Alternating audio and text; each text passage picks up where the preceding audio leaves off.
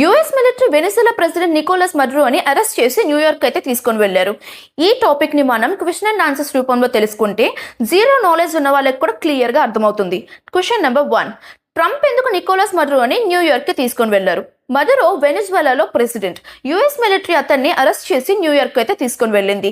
Reason ఏంటంటే New York లో federal court అనేది ఉంటుంది. ఫెడరల్ కోర్ట్ రూమ్ అంటే ఇక్కడ మన ఇండియాలో పెద్ద పెద్ద కేసెస్ అన్నిటికీ హైకోర్టు ఎలా అయితే ఉందో అలానే యుఎస్ లో ఫెడరల్ కోర్ట్ అలా. ఇక్కడ మడురోపై పెట్టిన ఛార్జెస్ ఏంటంటే narco terrorism. Narco means drugs, terrorism means violence.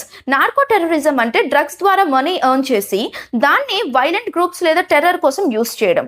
US prosecutors ఏమంటున్నారంటే మడురో మరియు ఆయన ఎల్ఎస్ ఎవరైతే ఉన్నారో వెనిజులా నుంచి టన్స్ ఆఫ్ కొకైన్ యుఎస్ కి పంపారని, ఆ మనీ ఆర్మర్డ్ మిలిటరీస్ కి వెళ్ళిందని చెప్తున్నారు. సో ఇప్పుడెందుకు న్యూయార్క్ లోనే ట్రయల్ జరుగుతుందని మీరు అనుకోవచ్చు.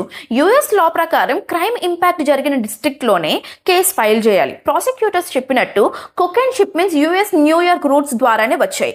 అందుకే న్యూయార్క్ ఫెడరల్ కోర్ట్ కి అరెస్ట్ చేయడానికి లీగల్ పర్మిషన్ అయితే ఉంటుంది. క్వశ్చన్ నెంబర్ 2, వెనిజులా ప్రజలు దీనిపై ఎలా రియాక్ట్ అవుతున్నారు? కొంతమంది స్ట్రీట్స్ లో సెలబ్రేషన్స్ చేస్తున్నారు మడురో గాన్ అని, కానీ చాలా మంది వరీ కూడా అవుతున్నారు ఫ్యూచర్ లో ఎవరు రూల్ చేస్తారు, ఎకానమీ ఎలా ఉంటుంది అని. సో ఇక్కడ అంతా మనకి మిక్స్డ్ రియాక్షన్స్ అయితే కనిపిస్తున్నాయి. Question number 3, Venezuela defence minister foreign troops గురించి ఏమన్నారు? Venezuela defence minister general Vladimir Padrino Lopez. He is a four star general and 2014 October నుంచి కూడా డిఫెన్స్ మినిస్టర్ గా పనిచేస్తున్నారు. ఆయన వెనిజులా మిలిటరీలో చాలా పవర్ఫుల్ ఫిగర్. ప్రెసిడెంట్ నికోలస్ మడురోకి ఆయన చాలా closest friend.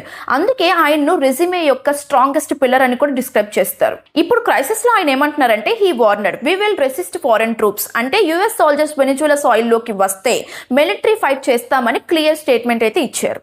Question number 4, opposition leaders role ఏంటి ఇప్పుడు?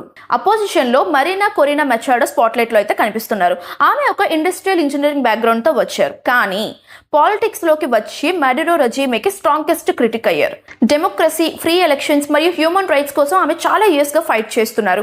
ఇంకా ఒక ఇంపార్టెంట్ పాయింట్ ఏంటంటే 2025 లో ఆమెకి నోబెల్ పీస్ ప్రైజ్ కూడా వచ్చింది for her peaceful struggle to bring democracy to Venezuela. అంటే డిక్టేటర్షిప్ కి ఎదురు నిలబడి ప్రజలకు ఫ్రీడమ్ ఇవ్వడానికి చేసిన ప్రయత్నం కోసం ఈ అవార్డు ఇచ్చారనమాట.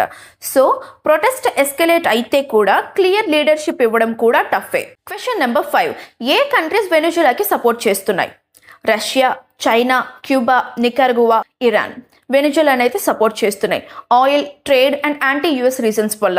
United States, European Union, Colombia, Brazil support అయితే చేయడం లేదు. ఎందుకంటే డెమోక్రసీ లేకపోవడం వల్ల, హ్యూమన్ రైట్స్ వైలేషన్స్ వల్ల అండ్ రిఫ్యూజీ క్రైసిస్ వల్ల.